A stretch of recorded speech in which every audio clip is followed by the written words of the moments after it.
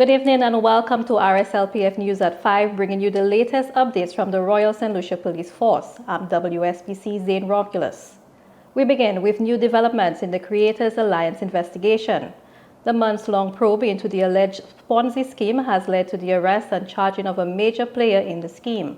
The Major Crimes Unit, working alongside the Financial Intelligence Agency and other units, launched a probe in April 2025 after uncovering that Creators Alliance was an unregulated online investment operation.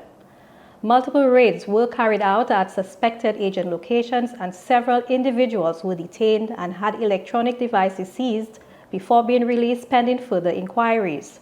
The investigation escalated on Monday, September 29, 2025, when Electra Fernand was arrested on suspicion of operating the illicit scheme. Detectives revealed that 118 people had deposited money into her account, but only 35 received returns from Creators Alliance. Fernand has since been formally charged with operating a virtual asset business without a license. She was granted bail in the sum of $7,000 cash or suitable surety and is scheduled to appear in court on November 12, 2025 for case management. Members of the public are again being urged to be cautious and avoid putting their money into unregulated investments. These schemes often promise quick returns, but most investors end up losing their investments. The public is also reminded that under Section 126 of the Consumer Protection Act, taking part in a pyramid selling scheme is a criminal offense. Offenders can face fines up to $5,000 or imprisonment for up to 2 years. The Financial Intelligence Authority and the Royal St. Lucia Police Force are strengthening their partnership to take the profit out of crime and curb criminal activity. Superintendent Troy Lamontine tells us more. The Royal St. Lucia Police Force Senior Command recently met with the Director of the Financial Intelligence Authority. The meeting decided a renewed commitment to work more closely together to aggressively pursue proceeds of crime matters against people in conflict with the law. A decision was also taken to review and make recommendations to amend key provisions of the Proceeds of Crime Act to allow for the more efficient use of the civil recovery provisions. I have also held discussions with the Director of the Financial Intelligence Authority to advance plans for the law enforcement agencies to further improve the national intelligence picture and pursue joint operations and investigations. In other news, the Department of Road Safety and Traffic Investigations has launched a probe into a fatal road traffic collision that occurred about 8:15 p.m. on Tuesday, September 30th, 2025, along Chaussee Road, Castries. The incident involved a motor omnibus and a motorcycle ridden by 33-year-old Lyndall Charles of Leslie and Castries. Preliminary investigation indicates that the motor omnibus was executing a right turn into the Rubis gas station when the collision occurred.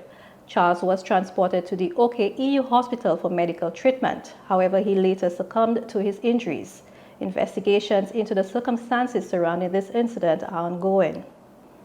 An early morning operation conducted on Wednesday, October 1st, 2025, within George Charles Boulevard and surrounding areas in Castries led to the recovery of ammunition and other contraband and resulted in 5 arrests.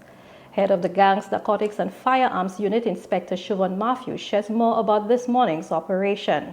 In a decisive move against rising gun violence and organized crime, the Royal St. Lucia Police Force, supported by multiple units, executed a successful early morning operation on Wednesday, October 1st, 2025, within George Charles Boulevard and surrounding areas in Castries. The operation, conducted between 4:30 a.m. and 7:30 a.m., resulted in 5 arrests. Officers also recovered 31 rounds of ammunition, seized suspected stolen property, and confiscated masks and fireworks believed to be linked to robberies and other offenses. In addition, 32 search warrants were executed across the area. The parallel traffic enforcement phase saw 60 vehicles stopped, 18 searched, 1 impounded, and 1 driver arrested for operating without insurance or driver's license. This successful operation demonstrates the effectiveness of sustained collaboration between specialized units, including the Gangs, Narcotics and Firearms Unit, the Special Services Unit, the Novel Tactical Team, the Special Operations Team, the Marshal Police, and others. It underscores the Rslpf's commitment to intelligence-driven policing, community safety, and international cooperation in tackling organized crime. The Rslpf assures the public that similar joint operations will continue to be deployed to maintain pressure on criminal elements. Citizens are urged to remain vigilant and to continue supporting law enforcement efforts by sharing timely information.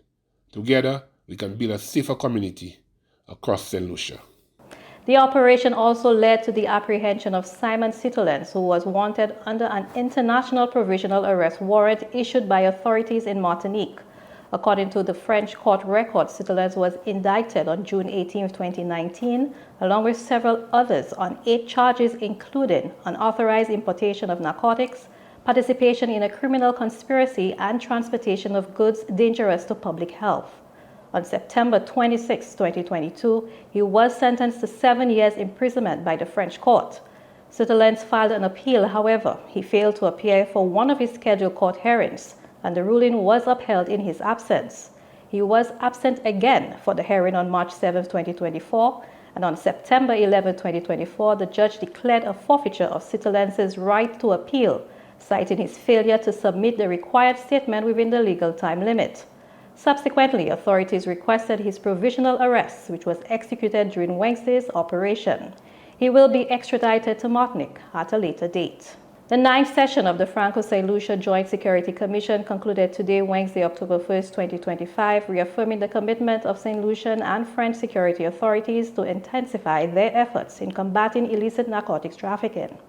A key outcome of the session was the signing of a bilateral agreement between the two governments aimed at enhancing cooperation in the detection, disruption, and prosecution of drug trafficking activities. Discussions also advanced significantly in the areas of extradition procedures, technical cooperation, intelligence sharing, specialized training exchanges between law enforcement agencies and customs officials.